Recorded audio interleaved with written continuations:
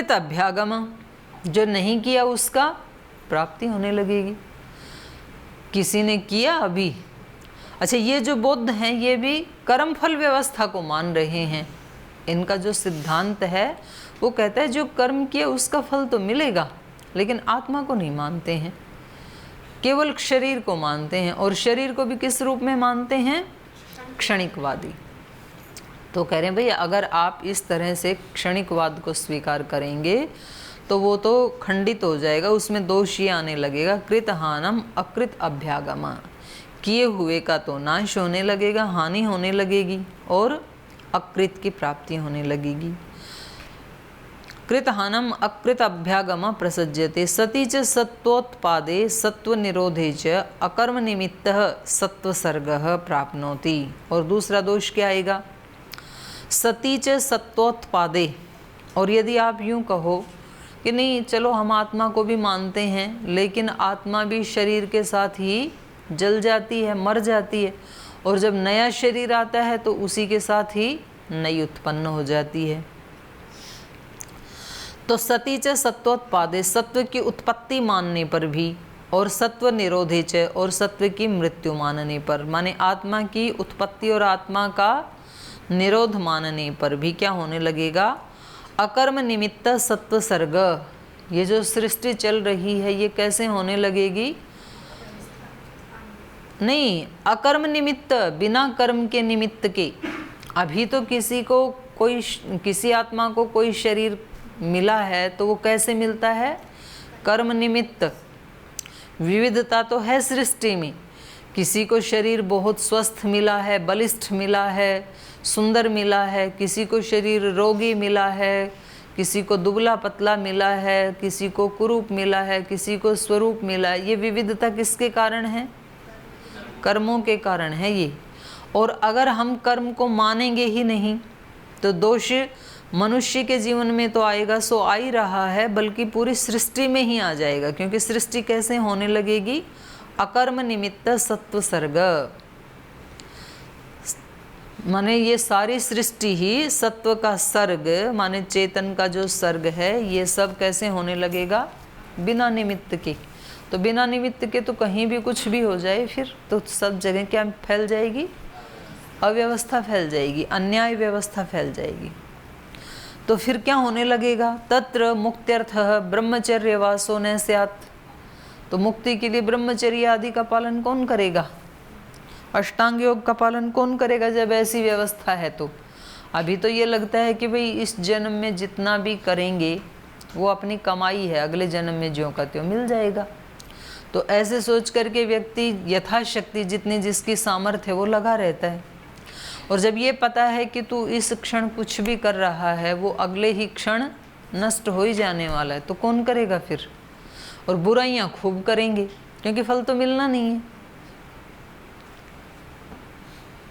किसी ऐसे बगीचे में जाओ कि फल खूब सारे लगे हुए हैं और आपसे कह दिया जाए कि यहाँ पैसे नहीं लिए जाएंगे और खूब अच्छे अच्छे मीठे मीठे फल हैं, तो कितने लोग तोड़ के खाना चाहेंगे? सब तहस नहस कर डालेंगे बगीचे को। तब तो वे पैसे तो देने नहीं, इतने अच्छे फल हैं तो खा लो। और पता लगे कि एक फल भी खाया तो 1 लाख रुपए का भुगतान करना पड़ेगा। तो फिर बोले भाई इतना तो हमारे पास नहीं है, हैं? तब तो फल का त्याग कर देंगे। माँ फलेषु कदाचन, गीता का श्लोक बोल लेंगे। तो लोग बुरे काम से डरता क्यों है? फल मिलेगा, आ जाएगा बिल बन करके। लोग ज़्यादा घर में बिजली क्यों नहीं यूज करते हैं?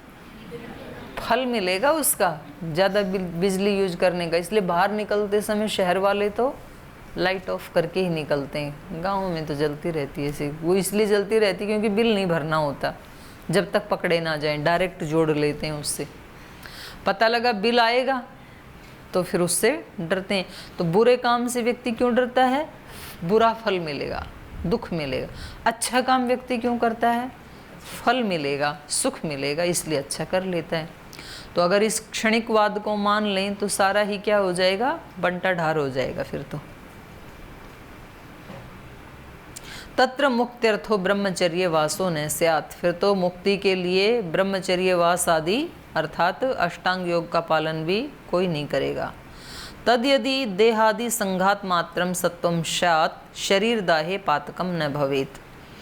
और कह रहे हैं यदि देहादि संघात मात्रम सत्वम स्यात्, यदि शरीर आदि का संघात मात्र ही यही सत्व है तो फिर शरीर दाहे पातकम न भवेत, शरीर को जला देने पर पाप नहीं होने लगेगा। अनिष्टम च एतत् तस्म, और ये तो अनिष्ट है, कोई किसी का शरीर जला दे तो अभी क्या होता है कि भाई तुमने प्राणी की हिंसा कर दी तो पाप मिलेगा। और क्योंकि वो तो प्राणी तो है ही नहीं, वो आत्मा है ही नहीं, और ये शरीर क्या है, क्षणिक, अगले क्षण वैसे भी नष्ट हो ही जाने वाला है, तो जला दिया तो क्या दिक्कत है भाई। हर पल जब नष्ट हो रहा है तो किसी भी अच्छे भले स्वस्थ जीते जागते व्यक्ति को आग लगा दो, क्योंकि उसको अगले क्षण नष्ट हो ही जाने वाला है वो, तो उसमें शरीर में जलाने में कोई भी पाप नहीं लगेगा, और ये तो हम चाहते नहीं हैं। संघात मात्रम सत्वम स्यात् शरीर दाहे पातकम न भवेत, तो शरीरों को जला देने से पाप नहीं होना चाहिए। अनिष्टम च एतत्, लेकिन ये तो अनिष्ट है, ऐसा तो लोक में नहीं चलता ना कि कोई भी किसी को भी जला दे, बोले अगले क्षण तेरे को मरना ही है, नष्ट होना ही है। अनिष्टम च एतत् तस्मात् देहादि संघात व्यतिरिक्त आत्मा नित्य इति। इसलिए दो बात कह दी यहाँ सिद्धांति ने, शरीर आदि से अतिरिक्त आत्मा है और वो आत्मा नित्य है। इस यहाँ दो सिद्धांतों का खंडन हुआ। एक तो ये कह रहे थे कि पहली बात तो शरीर आदि के संघात मात्र को ही नहीं, बस उसी को ही अस्तित्व मानो, आत्मा है ही नहीं।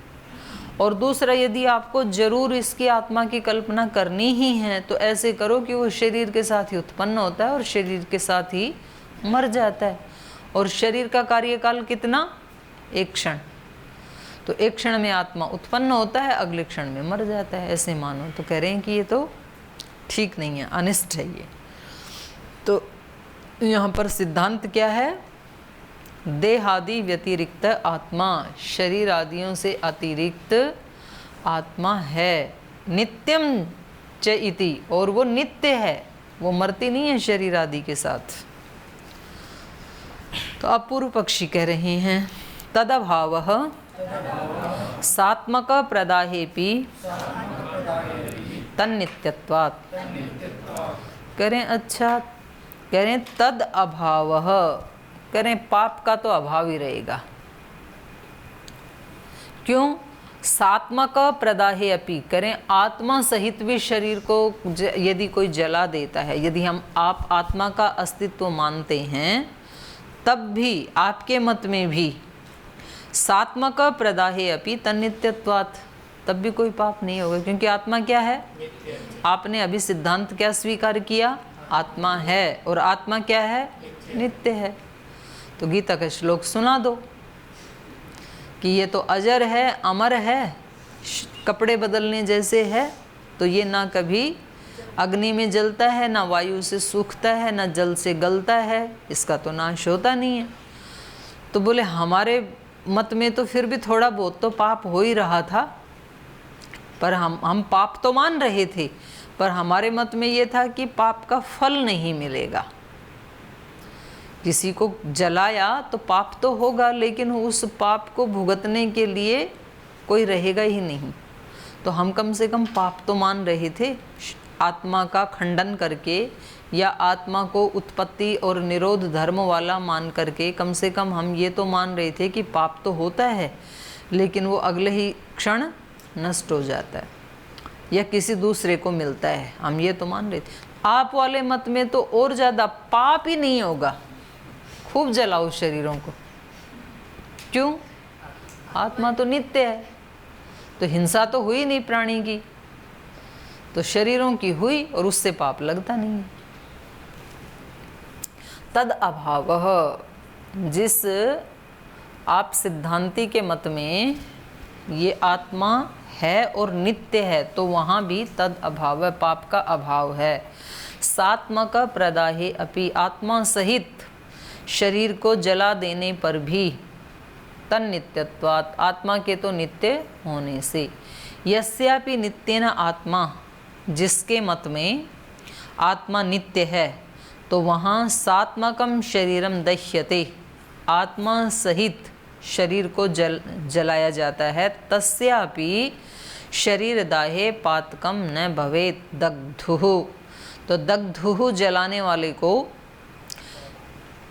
दह्यते तस्यापि शरीर दाहे, अगर उस शरीर का जला दिया जाए तो भी, शरीर के जला देने पर भी पातकम न भवेत, पाप नहीं होगा। कस्मात्, क्यों नहीं होगा? नित्यत्वात् आत्मनः, आत्मा के नित्य होने से। आत्मा का क्या बिगड़ना है? कुछ भी नहीं बिगड़ेगा। न जातु कश्चित् नित्यम हिंसितुम अर्हति, क्योंकि कोई भी जो नित्य है उसकी तो हिंसा कर ही नहीं सकता है, क्योंकि नित्य को नित्य कहते ही इसलिए हैं जिसमें कभी कोई चेंज नहीं आता है। तो कोई भी किसी की हिंसा कर ही नहीं सकता है, तो खूब जलाओ शरीरों को, हिंसा नहीं होगी। क्यों नहीं होगी? आत्मा नित्य है। न जातु कश्चित् नित्यम हिंसितुम अर्हति अथ हिंसते नित्यत्वम अस्य न भवति, और यदि आप ये मानो कि हिंसा तो होगी, तो फिर आपको नित्यत्व को छोड़ना पड़ेगा। नित्य है तो हिंसा नहीं होगी, हिंसा हो रही है तो आत्मा नित्य नहीं है, क्योंकि नित्य का तो मतलब ये होता है कि उसमें कोई विकार नहीं होता है। सेयम एकस्मिन् पक्षे हिंसा निष्फला अन्यस्मिन् तो अनुपपन्ना इति, इसलिए कह रहे हैं कि दो पक्ष हैं, एक तो हमारा वाला है। एकस्मिन् पक्षे हिंसा निष्फला, हमारे पक्ष में तो दोष यही आ रहा था कि हिंसा कैसी हो जाएगी? निष्फल। हिंसा तो की, लेकिन उसका फल भुगतने के लिए ये बचेगा नहीं। तो हमारे यहाँ तो हिंसा निष्फल ही हो रही थी, लेकिन अस्मिन् पक्षे तो अनुपपन्ना इति, लेकिन आपके पक्ष में तो हिंसा उपपन्न ही नहीं होगी, प्राप्ति नहीं होगी, क्योंकि आप तो आत्मा को नित्य मान रहे हैं। हम तो उसको शरीर के साथ उत्पन्न हो रहा है, शरीर के साथ ही वो नष्ट हो जा रहा है। और शरीर कब उत्पन्न होते हैं? एक क्षण में। नष्ट कब होते हैं? एक क्षण में। तो हमारे मत में तो दोष ये आ रहा था कि हिंसा तो होगी, लेकिन वो हिंसा निष्फल हो जाएगी। जिसने किया वो अगले क्षण नष्ट हो गया, उसको फल मिलेगा नहीं। तो हम कम से कम हिंसा तो मान ही रहे थे। तो आपके मत से तो हमारे वाला ही मत अच्छा है, आपका तो और गया बीता, क्योंकि इसमें तो हिंसा होगी नहीं, उपपन्न ही नहीं होगी। तो उसका उत्तर दे रहे हैं। सूत्र बोलिए, न कार्य आश्रय कर्तृवधात्, कह रहे नहीं, ऐसा नहीं है। कार्याश्रय कर्तृवधात्, जो कार्य है, कार्य मतलब सुख दुख आदि, कार्य आश्रय कर्तृवधात्, सुख दुख आदि के आश्रय अर्थात शरीर आदि, उस शरीर आदि के वध को ही हम क्या मानते हैं? कर्तृवध, कर्ता का वध। कर्ता किसको मानते हैं हम? जो सुख दुख आदि का आश्रय है। सुख दुख आदि का आश्रय क्या है? सुख दुख किस में रहते हैं? शरीर आदि, ये सुख दुख आदि किस में रहते हैं? चलो, सुख दुख की अनुभूति किसको होती है? और आत्मा कहाँ रहता है? हाँ, तो सुख दुख आदि कहाँ रहते हैं? शरीर में। सुख दुख का आश्रय क्या है? शरीर। अनुभूति होती है आत्मा को। तो वही कह रहे हैं, कार्य आश्रय। कार्य आश्रय मतलब सुख दुख आदि, सुख दुख आदि के आश्रय अर्थात शरीर आदि।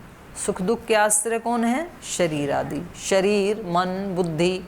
कुछ दुख शरीर में होते हैं, कुछ दुख बुद्धि में होते हैं, कुछ दुख मन में होते हैं। तो आदि कहने से सभी का ग्रहण हो जाएगा। कुछ दुख इंद्रियों में होते हैं, किसी स्पेशल इंद्रिय में, तो इसलिए आदि कह दिया यहाँ पर।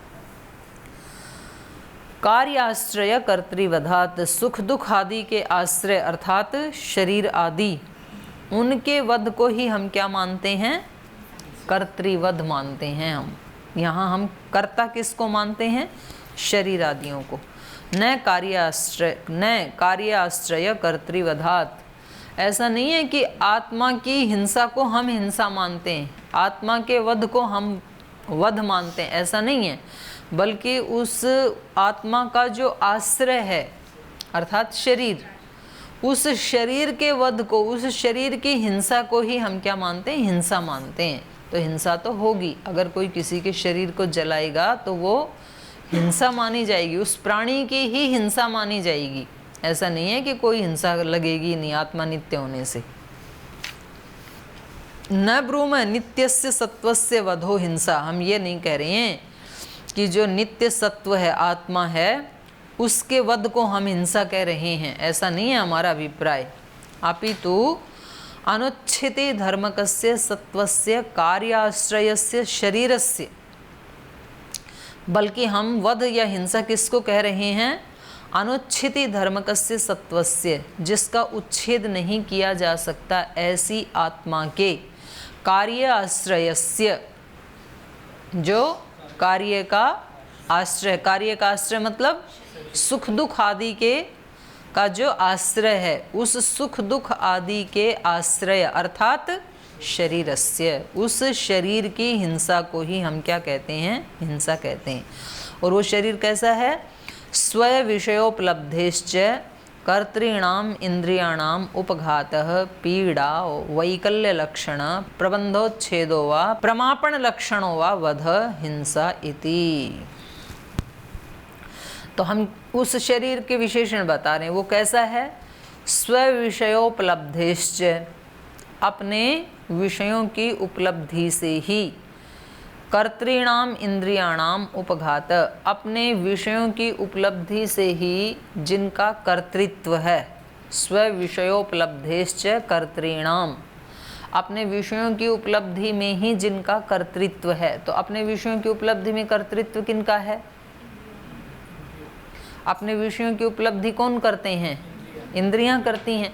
तो अपने विषयों की उपलब्धि में ही कर्तृत्व है जिनका, अर्थात सार्थकता है जिनकी, वो कौन है? इंद्रियां। और इंद्रियों के समूह को ही शरीर कहा जाता है।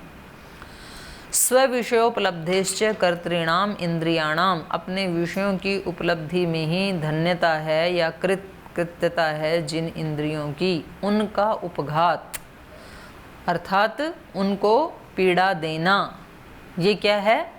वैकल्य लक्षण। हाँ, ये विकलता लक्षण। उनमें विकलता आएगी कि नहीं आएगी? आँख में चोट मारेंगे तो आँख में विकलता आएगी कि नहीं आएगी? आँख नष्ट हो जाएगा ना। कान में चोट मारेंगे तो कान में विकलता आएगी, त्वचा को जलाएंगे तो त्वचा में विकलता आएगी। तो कह रहे हैं वो जो वैकल्य लक्षण है, विकलता लक्षण वाले, प्रबंधोच्छेद, उस प्रवाह का उच्छेद कर देना।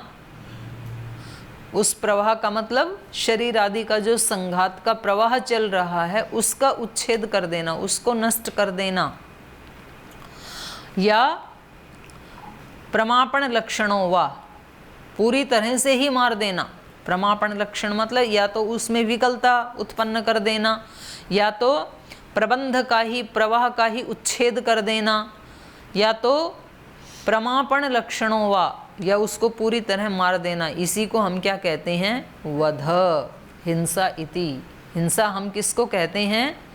हम हिंसा, आत्मा की हिंसा को हिंसा नहीं कहते हैं। इन्होंने दोष क्या लगाया था कि हिंसा तो होगी नहीं अगर आप आत्मा को नित्य मानते हैं तो। बोले नहीं, हम नहीं कह रहे कि नित्य की, आत्मा की हिंसा होती है, इसको हिंसा नहीं कह रहे हैं हम। तो बोले किसको कह रहे हो?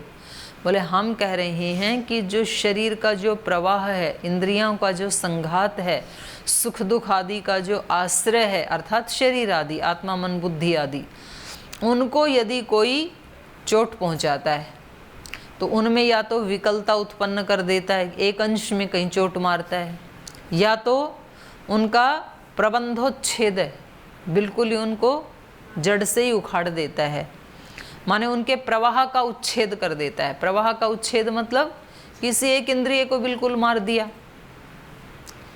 जैसे किसी की आंख फोड़ दी, या किसी का कान जोर से चोट मार दी कि कान ही चला गया, या फिर प्रमापण लक्षणों हुआ, यह बिल्कुल जान से ही मार दिया, पूरा का पूरा जो संघात था, समूह था, शरीर आदि, वो पूरे को ही मार दिया, इसको हम हिंसा कहते हैं। तो यहाँ 3 प्रकार की हिंसा हो सकती है। थोड़ी हिंसा, मृदु मध्य अधिमात्र कहा ना जिसको, तो मृदु हिंसा हो सकती है वैकल्य, और मध्यम कोटि की हो सकती है कि किसी एक इंद्रिय को, प्रवाह को ही उखाड़ ही दिया, उच्छेद ही कर दिया, या फिर पूरी तरह से किसी के शरीर को मार दिया। तो ये 3 दृष्टियों से जो शरीर को हानि पहुंचाना है उसको हम क्या कहते हैं? वध या हिंसा। तो यहाँ कार्य क्या है उसको बता रहे हैं। कार्यम तो सुख दुख संवेदनम, कार्याश्रय कहा था ना सूत्र में, तो कह रहे हैं कार्य क्या है? कार्य का आश्रय, कार्य का आश्रय मतलब सुख दुख के संवेदन का आश्रय, उसी को समझा रहे हैं, कार्य को समझा रहे हैं। कार्यम तो, कार्य क्या है? सुख दुख संवेदनम, सुख दुख का संवेदन। तस्य आयतनम, और उस सुख दुख का आयतन, आयतन माने आश्रय। तस्य आयतनम, आयतनम माने अधिष्ठानम, उसका अधिष्ठान, और अधिष्ठान को ही क्या कहा? आश्रय। शरीरम, वो क्या है? शरीर। सुख दुख किस में रहते हैं? शरीर आदि में, केवल शरीर मत कहो, शरीर आदि। शरीर आदि का मतलब है शरीर, मन, बुद्धि, इंद्रियां, क्योंकि अलग अलग प्रकार के सुख दुख होते हैं ना, तो उन सब का। तस्य आयतनम अधिष्ठानम आश्रय शरीरम, तो इसलिए कहा कार्य आश्रयस्य शरीरस्य। तो सूत्र में जो कहा था ना कार्य आश्रय, तो कार्य आश्रय का मतलब शरीर आश्रय। शरीर है आश्रय जिसका, वो कौन है? आत्मा। शरीरस्य स्वय विषयोपलब्धेश्च कर्तॄणाम, और अपने विषयों की उपलब्धि में ही कर्तृत्व जिनका सार्थक होता है, ऐसी इंद्रियों के वध को हिंसा, हम हिंसा कहते हैं। न नित्यस्य आत्मनः, नित्य आत्मा की हिंसा को हिंसा नहीं कहते हैं हम। जो आप कह रहे थे कि आप नित्य आत्मा की तो हिंसा होती ही नहीं है, तो आपके मत में तो हिंसा उपपन्न ही नहीं होगी। तो बोले नहीं, हम आत्मा की हिंसा को हिंसा नहीं कह रहे, क्योंकि आत्मा की तो हिंसा हो ही नहीं सकती है। हम उसी को हिंसा कह रहे हैं जो शरीर का संघात है, उसमें शरीर, इंद्रियां, बुद्धि आदि जो हैं उनमें कहीं विकलता पैदा कर देना, या तो कहीं मध्यम कोटि का उसका प्रवाह उच्छेद कर देना, या बिल्कुल ही मार देना, उसको हम हिंसा कह रहे हैं। तत्र यदुक्तम तद अभाव, तो जो आपने सूत्र में कहा ना तद अभाव, कौन से सूत्र में कहा? ये पहले वाले में कहा ना 5 नंबर में, तद अभाव सात्मक प्रदाहे अपि तन्नित्यत्वात्। तो कह रहे हैं सूत्र में जो आपने कहा तद अभाव, तद अभाव माने हिंसा अभाव, जो आपने 5 नंबर सूत्र में कहा कि हिंसा का अभाव होने पर, सात्मक प्रदाहे अपि, आत्मा मान लें, आपके सिद्धांत को मान लें कि आत्मा है और आत्मा नित्य है, तब तो हिंसा का अभाव होने लगेगा। क्यों होने लगेगा? तन्नित्यत्वात्, उस आत्मा के नित्य होने से। इति एतत् अयुक्तम, ये जो आपने 5वें सूत्र में जो हेतु दिया था कि हिंसा तो होगी ही नहीं आत्मा नित्य होने से, ये आपका कथन कैसा है? अयुक्त। इति एतत् अयुक्तम, ये आपका कथन अयुक्त है। यस्य सत्वच्छेदो हिंसा तस्य कृतहानम अकृत अभ्यागमश्च इति दोषः। कह रहे हैं यस्य, और जिसके मत में सत्वच्छेद हिंसा, आत्मा का उच्छेद ही हिंसा है, ये किसके मन में था? आत्मा का उच्छेद ही हिंसा, ये किसका मत है? किसका पक्ष है ये? हैं? तो आप सुन रहे हो कि सो रहे हो? आत्मा का ही उच्छेद, ये पक्ष किसका पक्ष है?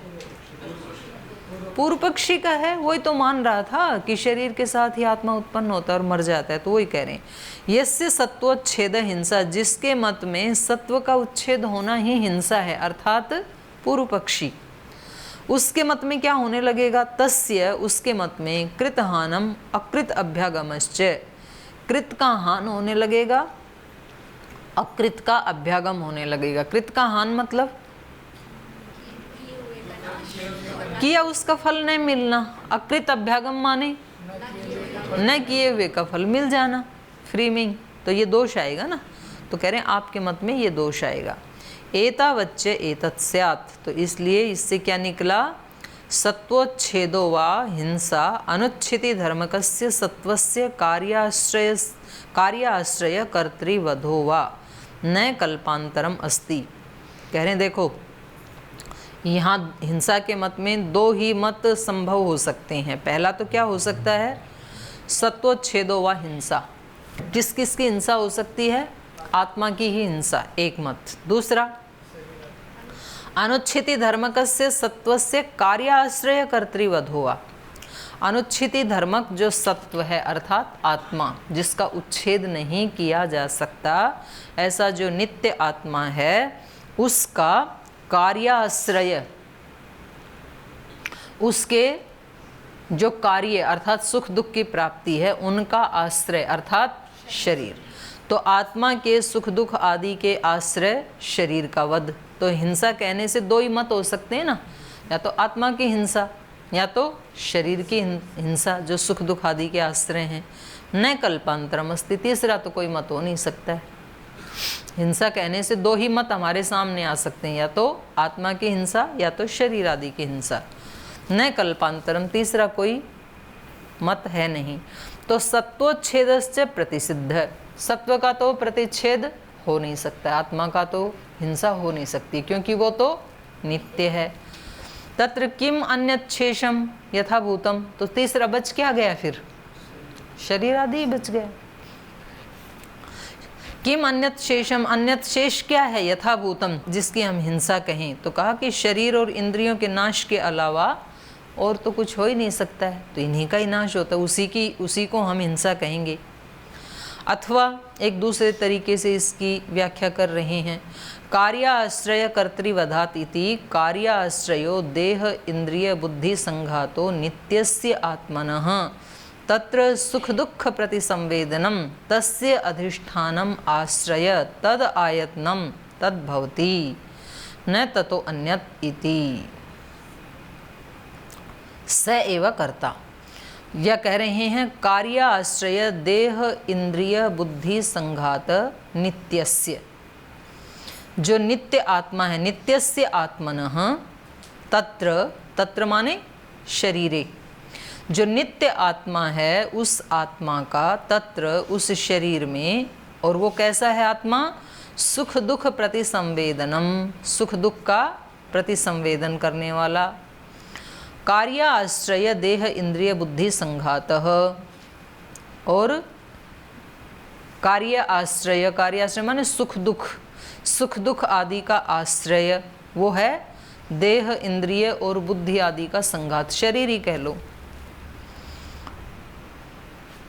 तस्य अधिष्ठानम आश्रय, तस्य माने सुख दुख के संवेदन का आश्रय, तद आयतनम, उसका जो आयतन, उसी को ही कह रहे हैं तद भवति। तद भवति माने तद मतलब संघात, संघात भवति न ततो अन्यत् इति।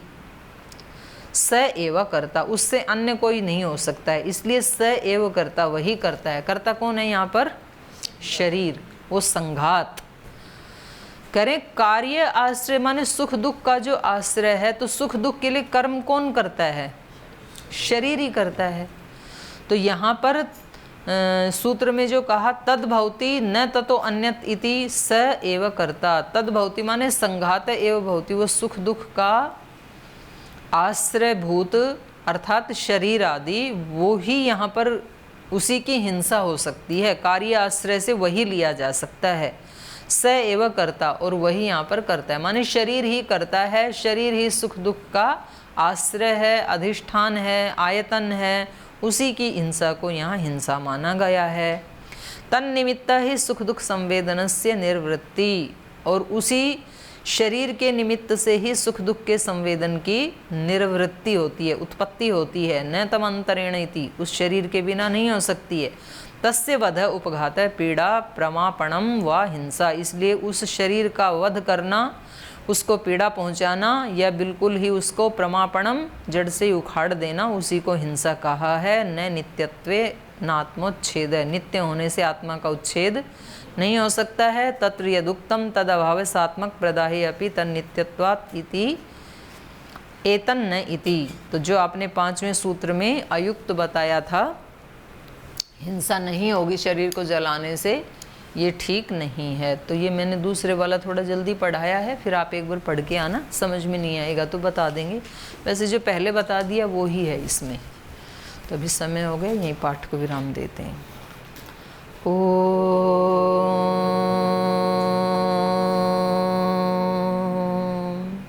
शांति शांति शांति। श्री गुरुभ्यो नमः।